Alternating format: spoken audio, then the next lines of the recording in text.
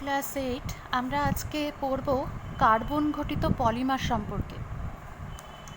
Polymer কথাটা তোমরা এর আগে ক্লাস 7-এ এই কথাটার সঙ্গে পরিচিত হয়েছো। তোমরা জানো যে সেখানেও যে উদাহরণটা দেওয়া হয়েছিল, আমি সেই উদাহরণটাকে আবার টেনে নিয়ে আসছি। ফুলের তৈরি মালা তোমরা সবাই দেখেছো যে কিভাবে মালা তৈরি হয়। একটা একটা করে ফুল সুতো দিয়ে বেঁধে একটা বৃহৎ মালা তৈরি হয়, ঠিক আছে। সেরকম একটা ট্রেনের মধ্যেও কিন্তু অনেকগুলো কামরা জোড়া থাকে, দিয়ে একটা বড় ট্রেন তৈরি হয়। ঠিক এই রকমভাবেই অনেকগুলো ছোট ছোট যৌগ তৈরি জুড়ে গিয়ে তৈরি হচ্ছে বৃহৎ শৃঙ্খল একটা যৌগ বা পলিমার। এখানে পলি কথাটার মানে হচ্ছে কিন্তু বহু, ঠিক আছে। এখানে পলি কথাটার মানে হচ্ছে বহু, যে পলি মানে POLY, পলি, এই কথাটার মানে হচ্ছে বহু বা অনেক। আর মার এই কথাটা যেটা এসেছে সেটা এসেছে কিন্তু মেরোস বলে একটা কথা থেকে। এটা একটা গ্রিক শব্দ, মেরোস থেকে এসেছে। তাহলে সেইটার মানে হচ্ছে কিন্তু অংশ বা খণ্ড হয়েছে। তাহলে আমরা এখানে বলছি যে অনেকগুলো ছোট ছোট যৌগ নিয়ে তৈরি হচ্ছে বৃহৎ শৃঙ্খল যৌগ বা পলিমার হয়েছে। আচ্ছা, পলিমার আমাদের বর্তমানে যে বিজ্ঞান আর প্রযুক্তি নির্ভর যে মানব সভ্যতা, তার একটা অবিচ্ছেদ্য অঙ্গ। বর্তমানে কিন্তু আমরা এমন কোনো দিকের কথা ভাবতেই পারি না যেখানে পলিমারের ব্যবহার নেই। আমাদের সকাল থেকে রাত পর্যন্ত আমাদের দৈনন্দিন জীবনের সঙ্গে কিন্তু পলিমার অঙ্গাঙ্গিভাবে জড়িয়ে রয়েছে। যেরকম আমি তোমাদের বইতে যে ছবিগুলো রয়েছে সেখানে তোমরা নিশ্চয়ই বুঝতে পারছো ছবিগুলো দেখে। এখানে দেখো, একটা প্রথমেই যে ছবিটা দিয়েছে এটা একটা ট্রাক্টর, ঠিক আছে, মানে জমি চাষ হচ্ছে আর কি, ওই ধরনের। তো সেই জিনিসটা মানে জমি চাষ করা হচ্ছে, তো তার যে টায়ার, এই যে গাড়ির টায়ার তৈরিতে, ঠিক আছে, এখানেও কিন্তু পলিমারের ব্যবহার রয়েছে। জলের বোতল তৈরিতে, টিফিন বক্স তৈরিতে, দৈনন্দিন জীবনে ব্যবহৃত যে মগ বালতি এগুলো তৈরিতে। দেখো, এটা বৈদ্যুতিক তারের যে আবরণটা, একটা লাল হলুদ নীল রঙের আবরণ থাকে একটা, সেইটা তৈরি করতে। পলিথিনের মানে চেয়ার তৈরি করতে, চেয়ার টেবিল তৈরি করতে। এটা নাইলনের দড়ি, জলের পাইপ, এগুলো তৈরি করতে। মহাকাশযান মানে যেটা তোমার কৃত্রিম উপগ্রহ, এইগুলোর বিভিন্ন অংশ তৈরি করতে কিন্তু পলিমারের ব্যবহার রয়েছে। মানে প্রত্যেক ক্ষেত্রে আমাদের এখানে কয়েকটি মাত্রই উদাহরণ এখানে দেওয়া হয়েছে, অনেক ক্ষেত্রেই কিন্তু পলিমারের ব্যবহার বর্তমানে আমাদের সঙ্গে অঙ্গাঙ্গিভাবে জড়িয়ে রয়েছে। বিজ্ঞানের দৃষ্টিভঙ্গিতে যদি দেখা হয়, পলিমারকে বলা হচ্ছে বিজ্ঞানের দৃষ্টিভঙ্গিতে যে একটা যৌগিক পদার্থ, ঠিক আছে। এবার পলিমার ব্যাপারটা কি? তাহলে পলিমার আমি একটু আগেই বললাম যে অনেকগুলো একই রকম বা বিভিন্ন রকমের অণু, ঠিক আছে, সেটা বহু সংখ্যায় রাসায়নিকভাবে জুড়ে গিয়ে, মানে বিশেষ শর্তে রাসায়নিকভাবে তারা যুক্ত হয়ে এরকম একটা দীর্ঘ শৃঙ্খলাকৃতি একটা যৌগ তৈরি করবে, ঠিক আছে, যার আণবিক গুরুত্ব হবে অনেক বেশি, উচ্চ আণবিক গুরুত্ব বিশিষ্ট, ঠিক আছে। এই পদার্থ মানে এই দীর্ঘ শৃঙ্খল যে যৌগটা তৈরি হলো, এটাকেই বলা হচ্ছে পলিমার। নমনীয়তা হচ্ছে এই পলিমারের একটা বিশেষ গুণ, বোঝা গেল? মানে এগুলোকে আমরা কিন্তু যে কোনো আকার দিতে পারি। ওই জন্যই দেখবে আমরা বিভিন্ন ক্ষেত্রে পলিমারের ব্যবহার করছি। কখনো সেটা দিয়ে কোনো পলিমার দিয়ে খাবার টিফিন বক্স তৈরি হচ্ছে, কখনো জলের বোতল তৈরি হচ্ছে, কখনো বা বৈদ্যুতিক তারের আবরণ তৈরি হচ্ছে। তার নমনীয়তা হচ্ছে এই জাতীয় পলিমার যৌগগুলোর একটা বিশেষ গুণ। কিন্তু আমরা অনেক সময়তে আমাদের চারপাশে যে পলিমারের জিনিসগুলো দেখে থাকি সেগুলোকে আমরা এক কথা অনেক সময় বলে দিই যে এগুলো প্লাস্টিকের তৈরি। মানে প্লাস্টিক কিন্তু এক ধরনের বিশেষ প্রকারের একটা পলিমার, কিন্তু বর্তমানে অনেক ক্ষেত্রে প্লাস্টিক ও পলিমার কথা দুটো সমার্থক হয়ে গেছে, মানে একই অর্থে ব্যবহার করা হয়, কিন্তু সেটা ঠিক নয়। প্লাস্টিক হচ্ছে একটা বিশেষ ধরনের পলিমার, আমরা এটা বলতে পারি। আর বাকি সমস্ত ক্ষেত্রে আমরা এখানে প্লাস্টিক না বলে সেখানে পলিমার কথাটা ব্যবহার করা কিন্তু সব ক্ষেত্রে যুক্তিযুক্ত। এবার দেখো, আমাদের চারপাশে যে সকল পলিমারগুলো আমরা দেখতে পাই সেগুলো সম্পর্কে একটু বিশদ আমরা একটু জানবো। তার আগে ক্লাস 7-এ আমরা আর একটা জিনিস পড়ে নিয়েছিলাম, এটা নিশ্চয়ই তোমাদের মনে আছে, যে আমাদের যে দৈনন্দিন জীবনে ব্যবহৃত যে পলিমারগুলো সেগুলো মূলত কিন্তু দু প্রকারের হয়, ঠিক আছে। একটাকে আমরা বলছি থার্মোপ্লাস্টিক, আর একটা হচ্ছে থার্মোসেটিং প্লাস্টিক। নিশ্চয়ই তোমাদের মনে আছে থার্মোপ্লাস্টিক আর একটা হচ্ছে কি থার্মোসেটিং প্লাস্টিক, এটা 1 নম্বর। আর 2 নম্বর হচ্ছে কি থার্মোসেটিং প্লাস্টিক। এবার থার্মোপ্লাস্টিকটা কি? থার্মোপ্লাস্টিক হচ্ছে যে সকল ধরনের যে সকল পলিমারগুলো কি মানে সেগুলো নরম, তাদের আকৃতি তাপ দিয়ে বা অন্যভাবে বদলানো যায়, তাদের গলানো যায় বা বাঁকানো যায়, এই ধরনের যে পলিমার সেগুলোকে আমরা বলছি কিন্তু থার্মোপ্লাস্টিক। আর এক ধরনের পদার্থ আছে পলিমারের মধ্যে যাদের মানে তৈরি করার সময় তারা নরম ছিল, কিন্তু একবার যখন শক্ত হয়ে গেছে তখন তারপর কিন্তু আর তাদের আকৃতি বদলানো যাবে না, তাদেরকে আমরা বলছি থার্মোসেটিং প্লাস্টিক। এবার একটা প্রশ্ন এখানে আসতে পারে যে পলিমার এই যে ব্যবহার হচ্ছে, পলিমারের ব্যবহার তো যত দিন যাচ্ছে তত তো বাড়ছে, এবং আমাদের এই বর্তমানে পলিমার ছাড়া এক মুহূর্ত আমরা ভাবতে পারি না। তা পলিমারের এত ব্যবহারের কারণ কি? কৃত্রিম পলিমার ব্যবহারের এত কারণ কি? এর মূলত দুটো কারণ আমরা বলতে পারি কৃত্রিম পলিমারের ক্ষেত্রে মানে ব্যবহারের কারণ। একটা হচ্ছে যে কৃত্রিমভাবে তৈরি যে পলিমারগুলো তাদের কিন্তু স্থায়িত্ব অনেক বেশি, মানে তারা অনেক বেশি দিন কি যাবে, বোঝা গেল, মানে টেকসই হয় জিনিসটা, আয়ু অনেক দিন হয় হলো। আর দ্বিতীয় কথা হচ্ছে যে আমরা বিভিন্ন পলিমারের জিনিস তাদেরকে আমরা কিন্তু ইচ্ছামতো আকৃতি দেওয়া যায়, ঠিক আছে? বিভিন্ন পলিমারের জিনিস যখন তৈরি করা হচ্ছে তখন কিন্তু তাদের ইচ্ছামতো আকৃতি দেওয়া যায় হলো। এই দুটো মূলত কারণ, সেটা হচ্ছে কৃত্রিম পলিমারের এত ব্যাপক ব্যবহারের মূল কারণ হলো। এবার আমাদের দৈনন্দিন জীবনে ব্যবহৃত যে সকল পলিমারগুলোর কথা আমরা বলবো তাদের কয়েকটা আমরা উদাহরণ বলবো এখন। প্রথম আসবে হচ্ছে পলিথিন। পলিথিন হচ্ছে একটা বহুল প্রচলিত কৃত্রিম পলিমার। এটা ইথিলিন নামক একটা মনোমার। পলিমার তো বললাম যে অনেকগুলো ছোট ছোট অংশ নিয়ে বা যৌগ নিয়ে সেটা তৈরি হচ্ছে, মানে একই রকম বা বিভিন্ন রকমের অনেক সংখ্যক অণু রাসায়নিকভাবে বিশেষ শর্তে জুড়ে গিয়ে তৈরি হচ্ছে কি দীর্ঘ শৃঙ্খল আকৃতি যৌগ বা পলিমার, ঠিক আছে? এটা তো আমরা বলেছি। আর যে মানে ছোট ছোট খণ্ড বা যে খণ্ড খণ্ড যৌগগুলো জুড়ে পলিমারটা তৈরি হচ্ছে তাদেরকে বলা হচ্ছে মনোমার। এবার পলিথিন হচ্ছে এখানে একটা বহুল ব্যবহৃত পলিমার।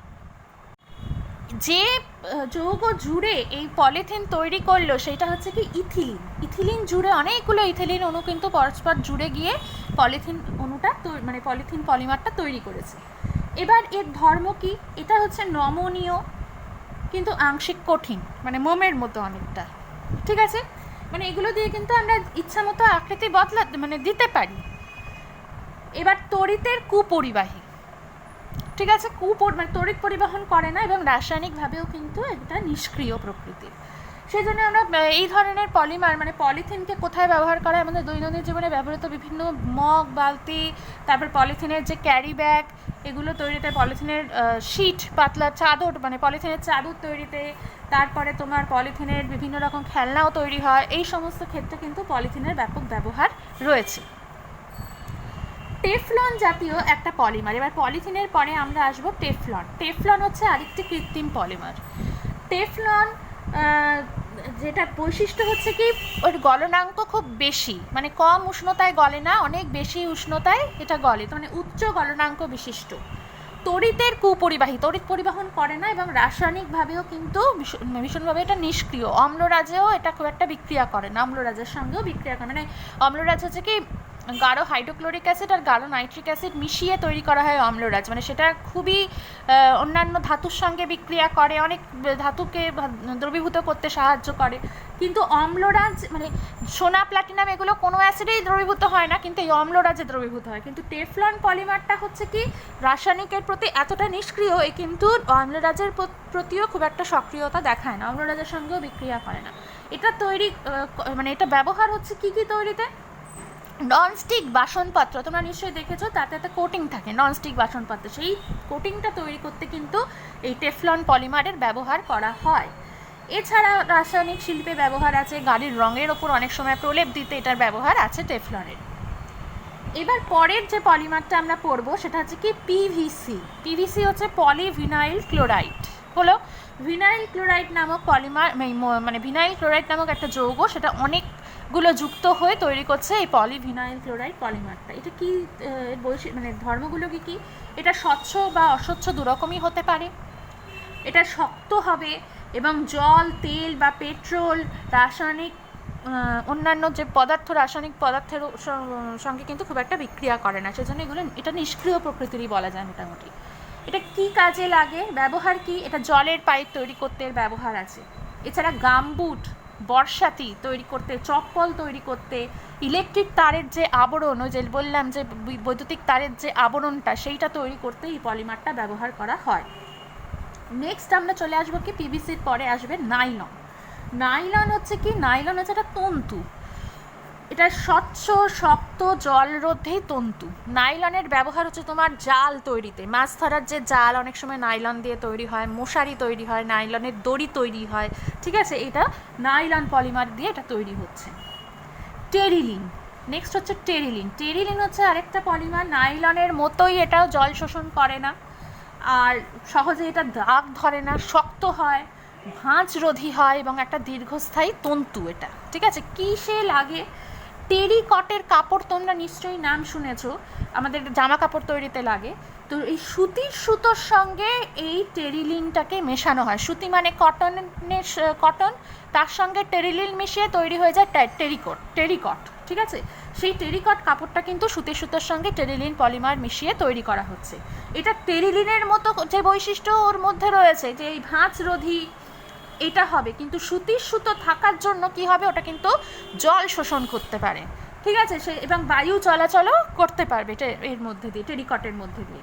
সেই জন্য আমাদের যে গরমের দেশে, সেই অর্থাৎ আমাদের দেশটা কি আর্দ্র আবার গ্রীষ্মপ্রধান দেশ, এইরকম দেশে কিন্তু জামা কাপড় তৈরিতে এই টেরিকটের ব্যবহার ব্যাপক। বোঝা গেল? তাহলে আমরা এখানে যে 5 রকম পলিমার আমাদের এখানে পড়তে হলো। পলিথিন আমরা বললাম যে এটা নমনীয় কিন্তু আংশিক কঠিন, তড়িতের কুপরিবাহী এবং রাসায়নিকভাবে নিষ্ক্রিয়। এর ব্যবহার কোথায় সেগুলো পড়তে হবে। টেফলনের ব্যবহার কি সেটা বললাম, উচ্চ গলনাঙ্ক বিশিষ্ট, রাসায়নিকভাবে নিষ্ক্রিয়, তড়িতের কুপরিবাহী। কিসে ব্যবহার সেটা পড়তে হবে। পিভিসির যে ব্যবহার বলেছে এবং পিভিসির কি বৈশিষ্ট্য, এটা স্বচ্ছ হতে পারে বা অস্বচ্ছ হতে পারে, রাসায়নিকের এতে নিষ্ক্রিয়, রাসায়নিকের সংস্পর্শে কিন্তু খুব একটা বিক্রিয়া করতে চায় না। এছাড়া শক্ত, জল বা তেল এদের প্রতিও নিষ্ক্রিয়। নাইলন বলা হচ্ছে একটা জলরোধী তন্তু এবং স্বচ্ছ শক্ত প্রকৃতির। টেরিলিন এটা বলা হয়েছে যে এটাও কিন্তু জলরোধী, মানে জল শোষণ এটা করছে না, এটাও তন্তু, দীর্ঘস্থায়ী একটা তন্তু, শক্ত, ভাঁজরোধী এবং এটা সহজে দাগ ধরে না। তো টেরিলিনের সঙ্গে কটন মানে সুতির সুতো মিশিয়ে টেরিকট নামক পোশাক, মানে টেরিকট নামক যে কাপড়টা তৈরি করা হচ্ছে সেখান থেকে কিন্তু আমাদের পোশাক তৈরি হয় আমাদের দেশে। তো এই পলিমারগুলো সম্পর্কে এবার জানলাম। এবার আমরা তো বারেই বলছি যে কৃত্রিম পলিমারের হচ্ছে সব থেকে যেটা কারণ ব্যবহারের সে সুবিধা, সেটা হচ্ছে কৃত্রিম পলিমারের স্থায়িত্ব হচ্ছে অনেক বেশি। হ্যাঁ, এবার এই যে স্থায়িত্ব এরকম বেশি হওয়ার কারণ কি, মানে এদের এত দীর্ঘ আয়ু হয় কেন? আমরা আগেই বলেছি যে পলিমার তৈরির সময় যে অনেকগুলো ছোট ছোট অণু, সেটা একই রকমের হোক বা আলাদা রকমের হোক, তারা কিন্তু জুড়ে যাচ্ছে এবং জুড়ে গিয়ে তৈরি করছে পলিমার। তার মানে কি, এই যে রাসায়নিক প্রক্রিয়াতে অণুগুলো যুক্ত হচ্ছে, অর্থাৎ বন্ধন গঠন করছে। এই যে বন্ধনটা, এই যে এদের মধ্যে যে বন্ধনটা গঠন হলো, এই বন্ধনটাকে যদি কোনোভাবে ভাঙা সম্ভব হয় তবে পলিমারটা কিন্তু নষ্ট হবে। বোঝা গেল? এই বন্ধনগুলোকে প্রাকৃতিক প্রক্রিয়াতেই যদি ভাঙা যায় তাহলে বলতে হবে যে সেই পলিমারের হচ্ছে আয়ুটা কম। আর যদি মানে প্রাকৃতিক প্রক্রিয়া এগুলো ভাঙা যত কঠিন হবে, পলিমারের কিন্তু আয়ু তত বেশি হবে। এবার আমাদের যে আমি এতক্ষণ ধরে এগুলো কৃত্রিম পলিমারের কথা বললাম, তার মানে কিন্তু এটা না যে প্রাকৃতিক পলিমার হয় না, প্রকৃতিতেও কিন্তু অনেক ধরনের পলিমার পাওয়া যায়। যেরকম তো আমরা জানি যে সেলুলোজ, হ্যাঁ, সেলুলোজ হচ্ছে কি, এটা কার্বোহাইড্রেট জাতীয় একটা বিশাল বড় অণু, কিন্তু এটা হচ্ছে এটা সেলুলোজকে আমরা বলতে পারি। এগুলো যেমন কৃত্রিম পলিমার, এগুলো হচ্ছে সব কি কৃত্রিম পলিমার, সেরকম সেলুলোজ হচ্ছে একটা প্রাকৃতিক পলিমার। হয়েছে? তরকারির খোলা বা খড়, এইগুলো হচ্ছে তোমার সেলুলোজ পলিমারের মধ্যে থাকে। শাকসবজি, এগুলোতে সেলুলোজ থাকে। অনেকগুলো কার্বোহাইড্রেটের সরল অণু যুক্ত হয়ে এই পলিস্যাকারাইড তৈরি করছে, মানে এইটা একটা পলিমার, সেটাকে নাম বলছি সেলুলোজ। এছাড়া প্রোটিনও হচ্ছে একটা প্রাকৃতিক পলিমার, অনেক অ্যামাইনো অ্যাসিড অণু অনেকগুলো যুক্ত হয়ে প্রোটিন তৈরি হচ্ছে। ঠিক আছে, তাহলে এই যে এই সেলুলোজ বা প্রোটিন এই ধরনের পলিমারগুলো যদি প্রকৃতিতে পড়ে থাকে, ধরো একটা খড় বা তরকারি খোলা শাকসবজি, এগুলো ধরো দীর্ঘদিন তুমি জঞ্জালের কাদায় ফেলে রেখে দিয়েছো, একটা জলের স্পর্শে ফেলে রেখে দিয়েছো, পুকুর পাড়ে ফেলে রেখে দিয়েছো, দেখা যাবে যে ওগুলো কিন্তু পচে যাবে। তাহলে এই যে সেলুলোজ বা মাছ মাংসের টুকরো, সেটাও যদি রেখে দেওয়া হয়, দীর্ঘদিন ফেলে রেখে দেওয়া হয়, তাহলে সেটাও কিন্তু পচে যাবে। তার মানে কি সেলুলোজ বা প্রোটিন এইগুলোকে কিন্তু প্রাকৃতিক প্রক্রিয়াতে ভেঙে ফেলা যাচ্ছে। মানে এখানে তোমার আমাদের প্রকৃতিতে যে বিভিন্ন ব্যাকটেরিয়া ছত্রাক এইগুলো থাকে, এইগুলো কিন্তু বিভিন্ন রকম তাদের এনজাইমের দ্বারা সেলুলোজ কিংবা প্রোটিন জাতীয় পলিমার, যেগুলো প্রাকৃতিক পলিমার, এগুলোকে সহজে ভেঙে ফেলতে পারছে। ঠিক আছে, তাহলে এগুলো কিন্তু দীর্ঘস্থায়ী নয় হলো। আচ্ছা, এবার দেখো সুতির কাপড় আর একটা টেরিলিনের কাপড়, আমি কৃত্রিম পলিমারের ক্ষেত্রে ধরো আমি এবার বলছি, এই টেরিলিনের কাপড় আর একটা হচ্ছে তোমার সুতির কাপড়।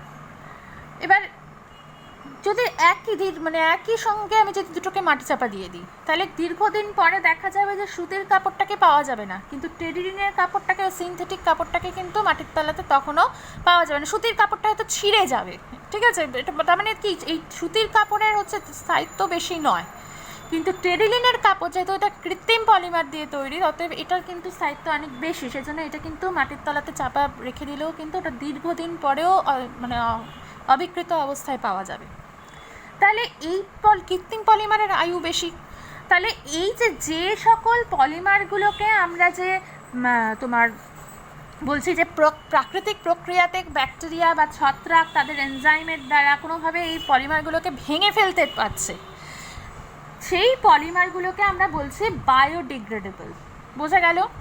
এগুলো কিন্তু বায়োডিগ্রেডেবল পলিমার, মানে সেলুলোজ বা প্রোটিন, এগুলো হচ্ছে বায়োডিগ্রেডেবল, মানে জৈব ভঙ্গুর। ব্যাকটেরিয়া বা ছত্রাক এদের ভেঙে ফেলতে পারছে, বিভিন্ন প্রাকৃতিক প্রক্রিয়ায় এরা নষ্ট হয়ে যাচ্ছে। দীর্ঘদিন যদি তুমি এইগুলো ফেলে রাখো বাইরে, তাহলে দেখা যাবে সেগুলো নষ্ট হয়ে যাবে। কিন্তু এই যে ফেলে দেওয়া, আমি যদি একটা পলিথিনের ব্যাগ দিই বা একটা পিভিসি পাইপ আমি যদি ফেলে রাখি দীর্ঘদিন, সেটা কিন্তু এরকম সেলুলোজ বা প্রোটিনের মতো কিন্তু নষ্ট হয় না। বা পেনের রিফিলও, ইলেকট্রিক তারের আবরণ, এগুলো কিন্তু নষ্ট হয় না, পরিবেশে পড়েই থাকে। মাটিতে ফেলে রেখে দিলে ওটা দীর্ঘদিন ধরে মাটিতে কিন্তু পড়েই থাকবে। তাহলে জীবাণুরা, মানে ব্যাকটেরিয়া ছত্রাক, এরা এগুলোকে ভেঙে ফেলতে পারছে না। তাহলে এদের যে ওই বন্ধনটা তৈরি হয়েছিল সেগুলো কি অনেকটা দীর্ঘস্থায়ী। তাহলে এই পলিমারগুলোকে আমরা বলছি কি নন বায়োডিগ্রেডেবল পলিমার। ঠিক আছে, যে পলিমারগুলোকে সহজে প্রাকৃতিক প্রক্রিয়া দেখা যায় যে নষ্ট হচ্ছে না, কোনো জীবাণু একে ভাঙতে পারছে না, তাদেরকে বলা হচ্ছে কি নন বায়োডিগ্রেডেবল পলিমার হয়েছে, বা জৈব অভঙ্গুর পলিমার হয়েছে। এবার তাহলে আমরা এইখানে আমরা দুটো জিনিস আমরা পড়লাম, একটা হচ্ছে বায়োডিগ্রেডেবল পলিমার কাদের বলে আর নন বায়োডিগ্রেডেবল কাকে বলে।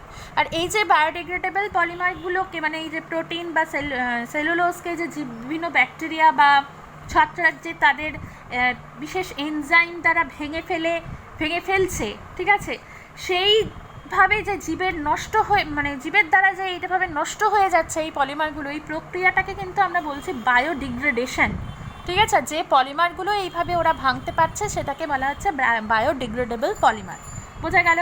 এবার তাহলে তোমরা নিজেরাই বুঝতে পারবে যে কৃত্রিম পলিমার ব্যবহার কিন্তু তাহলে সংকটজনক পরিস্থিতিও একসময় ডেকে আনতে পারে। কেন? কারণ নন বায়োডিগ্রেডেবল এই কৃত্রিম পলিমারগুলো নন বায়োডিগ্রেডেবল, মানে জৈব অভঙ্গুর হওয়ার জন্য এদের তুমি প্রকৃতিতে দীর্ঘদিন ফেলে রাখলেও এরা কখনো কিন্তু জীবাণুর দ্বারা নষ্ট হবে না, পড়েই থাকবে। সেই জন্য এরা মাটিতে পড়ে থেকে মাটির গঠন নষ্ট করে দিতে পারে, মাটির মধ্যে জল ধারণ ক্ষমতা কমিয়ে দিতে পারে, মানে মাটিতে জল প্রবেশে বাধা দেবে, কোনো নর্দমায় মানে নিকাশি ব্যবস্থা এটা কিন্তু বাধা সৃষ্টি করবে। ঠিক আছে, সেই জন্য নোংরা জল উপচে পড়ে সেই জায়গাটা একটা অস্বাস্থ্যকর পরিবেশের সৃষ্টি হবে। তাহলে এই মানে এমনকি যদি কোনো গবাদি পশু যদি এই ধরনের পলিথিনের ব্যাগ বা অন্য কিছু ধরো খেয়েও ফেলে, তাহলে সেটা কিন্তু তাদের ক্ষতিকর। বোঝা গেল? তাহলে নন বায়োডিগ্রেডেবল পলিমার কিন্তু ব্যবহারের অনেক অসুবিধাও আছে। কৃত্রিম পলিমার ব্যবহারের সংকট এটাকে বলা হচ্ছে। এবং প্লাস্টিক এই জন্য এখন কি বলা হয়েছিল যে প্লাস্টিক আমাদেরকে বর্জন করতে হবে, যতটা সম্ভব প্লাস্টিকের বিকল্প হিসেবে আমরা অন্য ব্যবস্থা নেব, মানে কাগজের ব্যাগ বা চটের ব্যাগ এইগুলো আমরা বেশি করে ব্যবহার করব।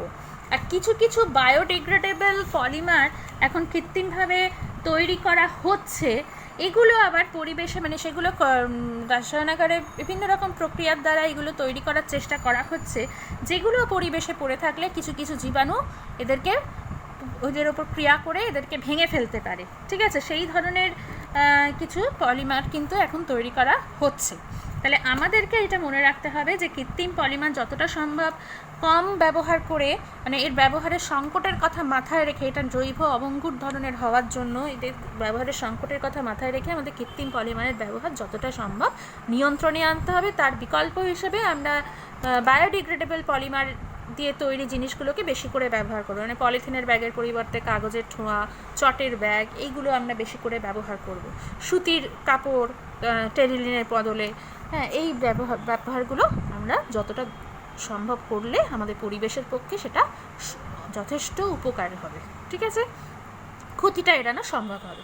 বলো, তাহলে আজকে আমরা কার্বন ঘটিত পলিমার সম্পর্কে আলোচনা করলাম।